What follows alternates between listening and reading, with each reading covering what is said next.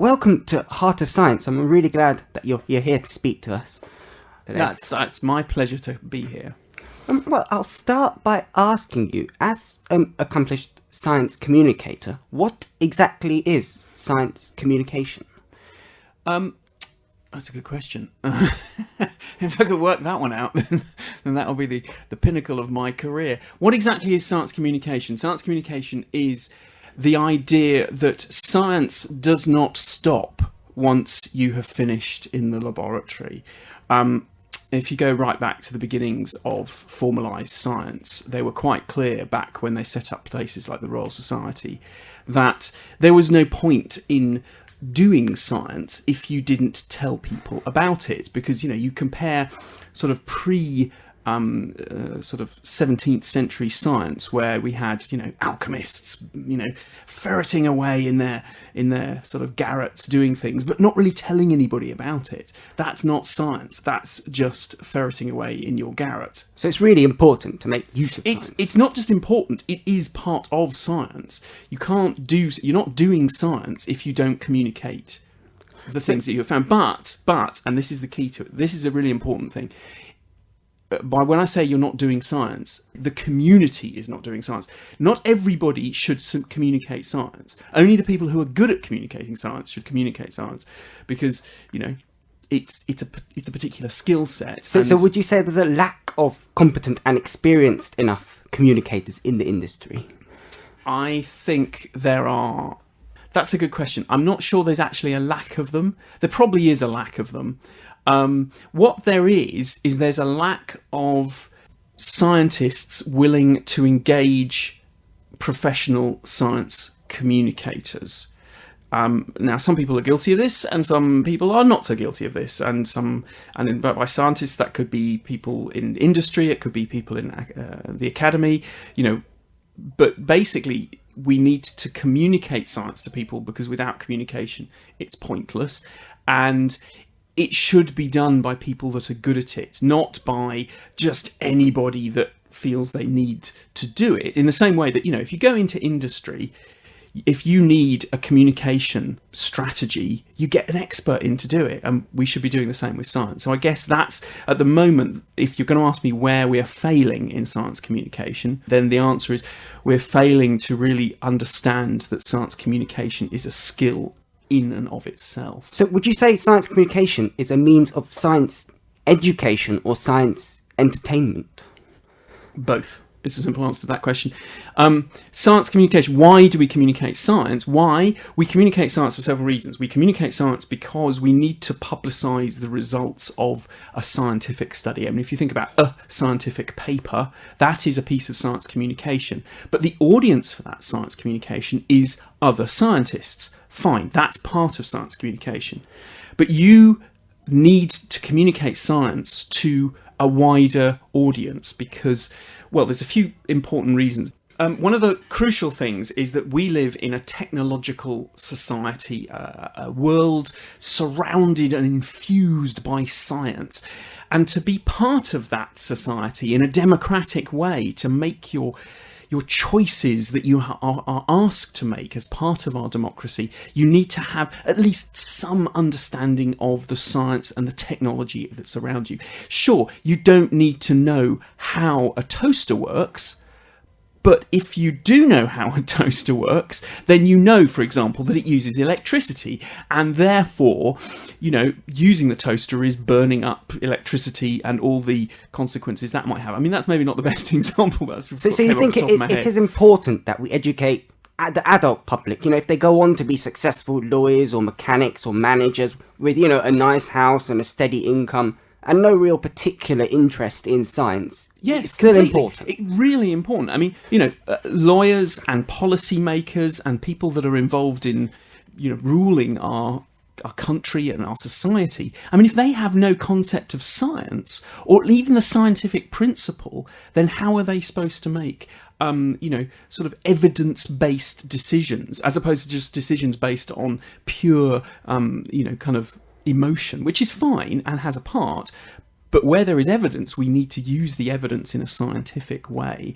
So by communicating, I hesitate to use the word educate because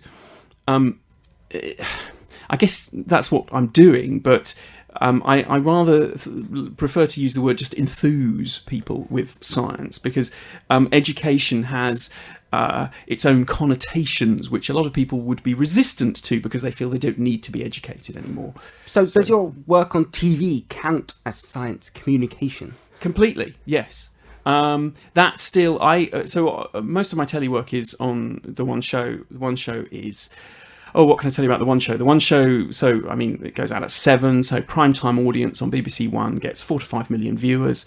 It has the second highest audience reach of any television programme in Britain on any channel, terrestrial or otherwise.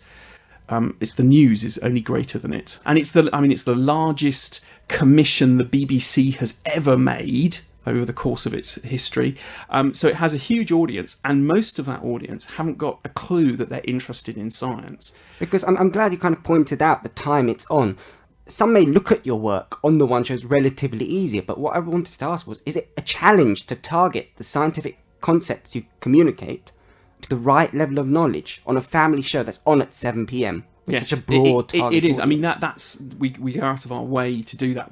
I have long arguments with directors and commissioners about how we should or shouldn't portray some piece of science, and the way we should go about portraying it, and what is and isn't relevant to the story. It's a very difficult audience because we have 4.5 minutes to get a story across. We do not have time to give you the long Horizon style program which might last for an hour, where you've got time to give people the background. We don't have time. We've got to hit you with the interesting fact in about 30 seconds, 15 to 30 seconds. If you're not caught, then you're going to get up and go and make a cup of tea, or you're going to go back to fiddling on your iPad or whatever it is. You know, we've got a really short window to catch people's attention. Those people mustn't be intimidated by what we say or do. So I can't, I go out of my way not to, for example, I never wear a lab coat unless I absolutely have to. We're in a lab, we must wear a lab coat and put safety specs on. And I say, no, let's not put safety specs on or a lab coat unless we absolutely have to for some reason. Because a lot of people who'll be watching will maybe be thinking back to their school days when they see a lab coat, and they'll be thinking back to those chemistry lessons they hated because they were taught badly or because they didn't engage with the syllabus. So we don't want to put a barrier in front of the people watching. We try and make it about science, but without people realising it's about science. Okay, so can you tell us how you got into the One Show as a scientist, and what your goals are as a reporter on the One Show? I mean, do you do it to pay the bills, or is there something else out of it? Well, yes, I'm sure it does pay the bills, but it doesn't pay all the bills. There are a lot of other things. It's only it's but one string to my bow, one arrow in my quiver. How I got into it. So I did a PhD many years ago, and I realised I wasn't going to be much good at that. So I went off and started doing science communication in front of audiences. I started, doing stage performances of science for people like the Edinburgh International Science Festival. And then after a while of doing that, I got a job working in a television production company based in Leeds, and I stayed there for many, many, many, many, many years.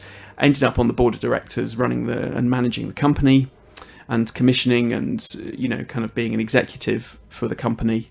And then I quit that because I started getting offers of being in front of the camera, and that appealed to me more because, I like to be the centre of attention, ultimately. So that's how I got into it. What am I trying to achieve? I feel very passionately that, communicating science is important, and that it's the final part of the scientific jigsaw, so to speak, and it's a really important part. And I particularly feel that we're not communicating very well in this country, and to a greater extent in most countries, to much of the potential audience which is why I love the One Show, because it is the audience I would really enjoy communicating to. It's as I said it before, it's people who don't even know they're interested in science. It's not people who are going to turn on to Brian Cox's latest opus on BBC Two. They're not going to watch that because it's just that's a big boring science program. I'm not going to watch that. But they're happy to watch short 4.5 minute chunk it of really quite hard science in some cases on the one show. So you've often appeared on TV due to your ability to create unique scientific props. Can you tell us Yes. how you developed this ability, where you learnt the skills to do this so well? Oh, that's just me being a sort of a small boy that pulled things apart as a matter of course. My mum always reminds me every time this comes up. She bought me a robot, and you wound it up, and it kind of walked across the table. And by the end of the first day after, I can't even remember. That got quite boring. Yeah, that got boring. I was completely bored with that, so I just took it apart. She was horrified, but I probably learnt far more from that than watching this stupid robot just sort of shuffle across the table. I learnt about kind of gears and mechanisms and how the key fitted in and what was going on inside. So I've always had that sort of bent. And during my PhD, I used to horrify my supervisor by kind of pulling apart and demolishing and rebuilding. I think they were quite £100,000 microscopes, but they were certainly in the many tens of £1,000 microscopes to sort of get the better light path sorted out and things like this. So I've always been sort of a tinkerer.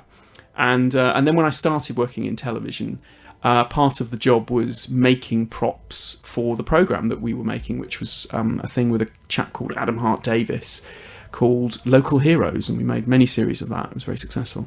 So you've recently written a book. Can you tell us a bit about it? Yes, The Science of Everyday Life. Yes, they let me have a go at writing a book, which was great fun. I really enjoyed it, and it's doing really well. It's available at all good bookshops. The Science of Everyday Life. What was your motivation to write it? Did they approach you, or did you kind of want to do it yourself? It was one of those things, I have an agent who deals with this sort of thing, and we chatted about it, and she was sort of touting it around, and eventually a publisher bit and said, yes, well, would Marty like to write this? And I said, yes, I would. And basically, I've been looking to write a book that does what I've just been describing, which is a book that would be aimed at people who are interested in science, but maybe aren't aware that they're interested in science. And I hope that's who it tackles. And what I wanted to do, and the other thing that really gets me a lot of the time, is a lot of popular science is about deep space, or the Large Hadron Collider, or the bottom of the Marianas Trench, or something like that. These amazing, astonishing places where the science is completely far out and wacky and bizarre. But actually, if you just look around yourself, in your kitchen even, there's stuff in your kitchen that is at the cutting edge of science.